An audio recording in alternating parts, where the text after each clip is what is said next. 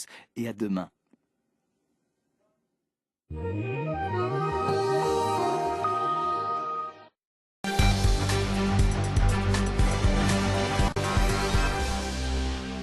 Bonjour, bienvenue dans cette édition Marseille, une édition dédiée au cloisonnement et au décloisonnement. Décloisonnement de l'art contemporain, ici au parc Maison Blanche, décloisonnement des compagnons du devoir à l'occasion de leur journée porte ouverte et cloisonnement des habitats marseillais.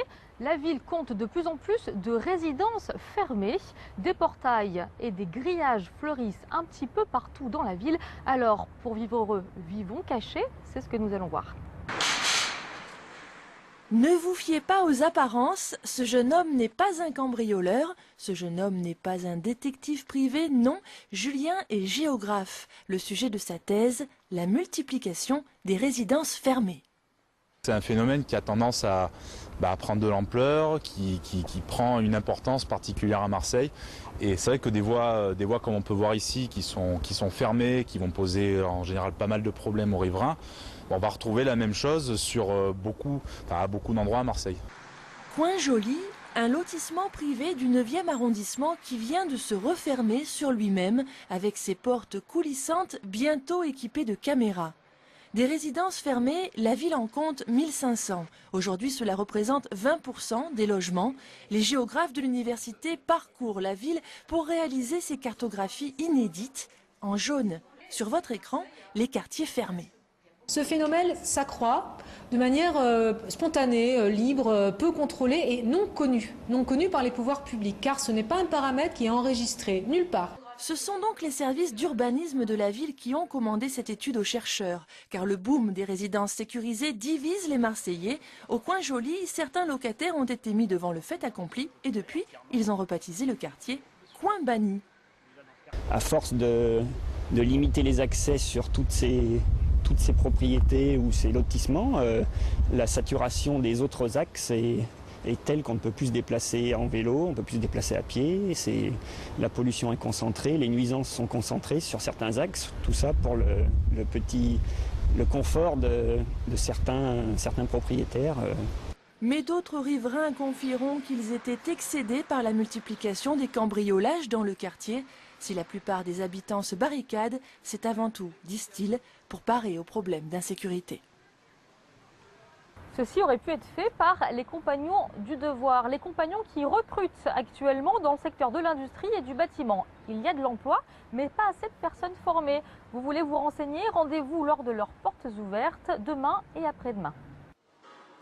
Alors que les secteurs du bâtiment et de l'industrie peinent de plus en plus à séduire la jeune génération, pour Arnaud, 20 ans, c'est tout le contraire. Après une année de formation réussie, ce premier bilan sonne comme une évidence. Il veut exercer la profession de métallier. La mise en place, la fabrication, tout ça, c'est vraiment ce truc qui me plaît bien. Et du coup, ça me procure vraiment beaucoup de plaisir. Donc, pareil, pour ce que je veux faire plus tard, par exemple, construction de ponts, tout ça. Donc voilà, c'est ça qui me fait aimer ce métier. Aimer ce métier, c'est bien là le problème. Souvent méconnus ou synonymes de clichés, ces domaines d'activité souffrent encore d'une image écornée. Ce constat, les compagnons du devoir le côtoient un peu plus chaque année. À ce jour, une dizaine de leurs filières n'atteignent pas les 50% de remplissage. On visualise vraiment les métiers du bâtiment ou de l'industrie comme rébarbatifs, répétitifs, alors que tous ces métiers sont vraiment tournés vers l'avenir. Les technologies, la conception par l'ordinateur se prend de plus en plus de place dans chacun des métiers. Le danger, si les jeunes demain ne veulent plus faire ces métiers-là, c'est que les entreprises vont avoir besoin de chercher de la main-d'œuvre. Et où est-ce qu'ils vont aller la chercher? C'est à l'étranger. Et pour faire taire les mauvaises langues qui persistent à dire que les métiers manuels n'ont pas d'avenir, certains formateurs comme Cédric n'hésitent pas à leur faire part de sa propre expérience. Je suis en train de terminer mon Tour de France et j'ai une embauche sur Paris. J'ai même plusieurs patrons qui m'ont appelé. Et en fait, c'est ce que je leur dis à chaque fois, quand on arrive à la fin de notre expérience, on est plus amené à choisir l'entreprise qui nous appelle, plus qu'à déposer des CV un peu partout. Vendredi et samedi, les compagnons du devoir ouvrent leurs portes. Sur plus de 10 000 apprentis formés, 94% d'entre eux ont un emploi à l'issue de leur formation. L'art contemporain vous ennuie, vous effraie peut-être, vous préférez quelque chose d'un petit peu plus classique. J'ai peut-être de quoi vous faire changer d'avis. Une balade au cœur du parc Maison Blanche lors du Festival des Arts éphémères. On y va. Étrange intégration à l'environnement naturel. Une promenade pour entrer en contact avec l'art contemporain. Un parc où sont plantées des bottes, un jardin où vole un jet ski appelé Infinita Riviera 2, qui est un jet ski suspendu à un arbre recouvert de ciment. Donc on a cette sculpture achrome qui fait référence à la fois à la sculpture classique, mais en s'emparant en fin de compte des objets abandonnés tels qu'on peut les voir sur les bords de mer. Le Festival des Arts éphémères fête sa 5e édition. Mettons-nous à table. Là, on a 21 artistes qui sont sélectionnés. C'est une exposition d'art contemporain. Mais s'y ajoutent plusieurs choses de façon à ce qu'on appelle l'interdisciplinarité, et puis toutes ces questions de transmission, d'accès à un public populaire et beaucoup plus large, qui est celui du parc, puissent jouer aussi. Alors regardez où vous marchez, restez attentif à chaque détail. Est-ce une horloge? Non, un compte à rebours qui indique la prochaine démolition d'immeubles. Son nom, la Crashbox. Il s'agit en fait d'une boîte noire qui consiste à protéger un équipement audiovisuel que je loge à l'intérieur d'un volume assez conséquent, puisque ce sont des pneus de tracteur agencés autour d'une boîte blindée.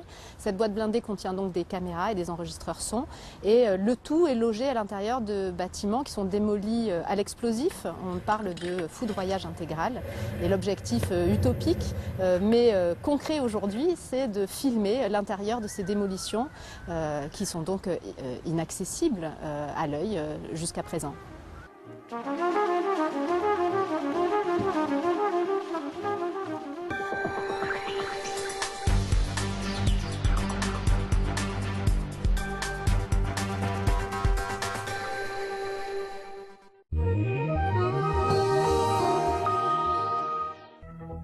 Le soleil brille sans difficulté dans une ambiance bien fraîche avec le Mistral qui ne désarme pas avec des rafales à 60 km/h.